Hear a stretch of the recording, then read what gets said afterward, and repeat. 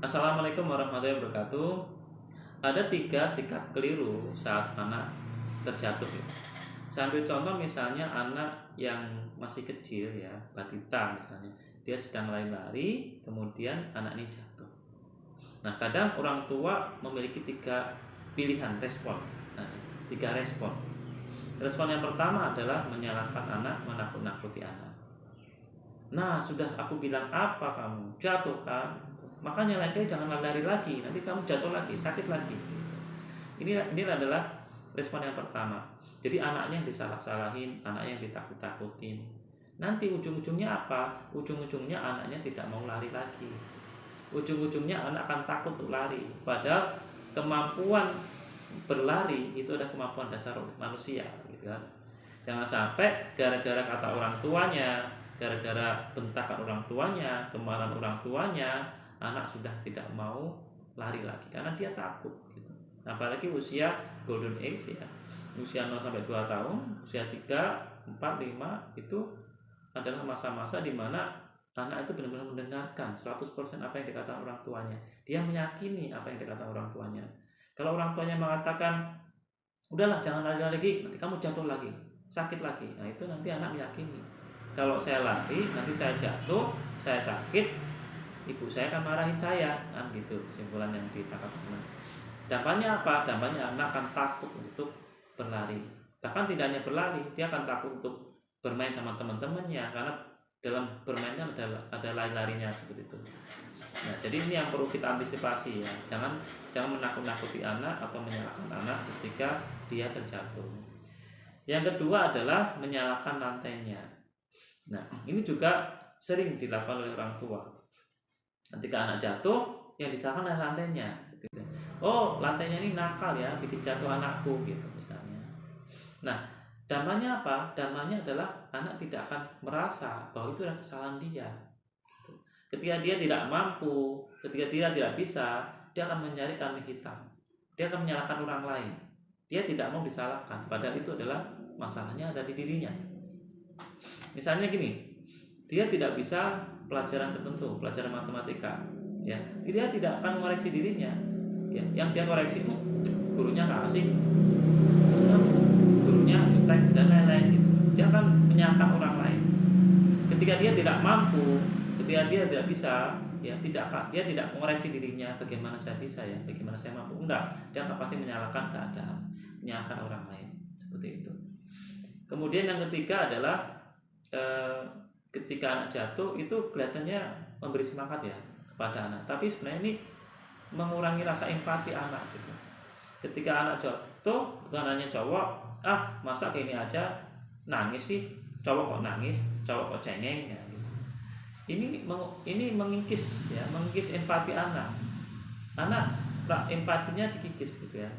Oh, dalam diri anak dia punya perasaan, aku udah jatuh tapi nggak diempatiin gitu, nggak diperhatiin gitu, nggak merasa nggak disayangin gitu, seperti itu. Dampaknya apa?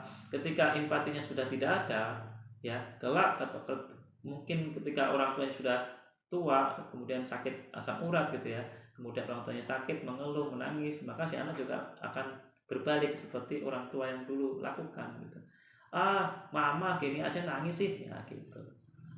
Gini aja sih kok ini minta bantuan sih, masa nggak bisa sih, ya, gitu. Jadi mengikis rasa empati. Ini tiga, ya, yang ketiga ya, ketika respon kita terhadap ketika anak jatuh.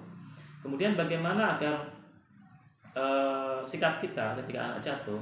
Sikap kita adalah yang pertama, kita tidak perlu berkata apapun, tidak perlu marah, tidak perlu mengatakan apapun, segera tanganin anak. Segera anak ajak masuk ke rumah, kalau terluka segera diobatin, ya. Kemudian dipeluk, ditenangkan dulu. Nggak perlu ada nasihat dulu, nggak perlu ada ucapan apa dulu ya kalau bisa ya. Tapi tenangkan dulu, tenangkan dekat anak, kemudian diperhatikan. Oh ini sakit ya, oh iya nggak apa-apa, oh iya nggak apa-apa, seperti itu. Nah ketika anak sudah mulai tenang, nah orang tua perlu memberi nasihat. Nah kalau kamu lari itu memang ada risiko jatuh, nggak apa-apa gitu kan. Kalau setiap anak kan kalau jatuh ya wajar lah, namanya juga anak ya, kadang ada kalanya jatuh. Nah, lain kali kalau kamu lari kamu harus hati-hati ya nak. Gitu. Jadi kita perlu menasihati anak. Jadi anak itu perlu paham bahwa jatuh itu memang kesalahan dia. Nah, untuk tidak mengulangi kesalahan dia, dia harus berhati-hati ketika dia lari. Dia harus berhati-hati agar tidak mengulangi kesalahan yang sama.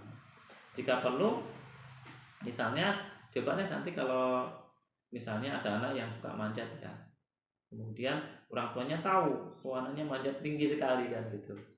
Nah, orang tua tidak boleh panik gitu, atau minimal berusaha untuk tidak panik. Ya, ini memang butuh apa ya? Butuh kebiasaan ya, untuk tidak panik ya. Udah manjat pohon tinggi, pastilah orang tua panik.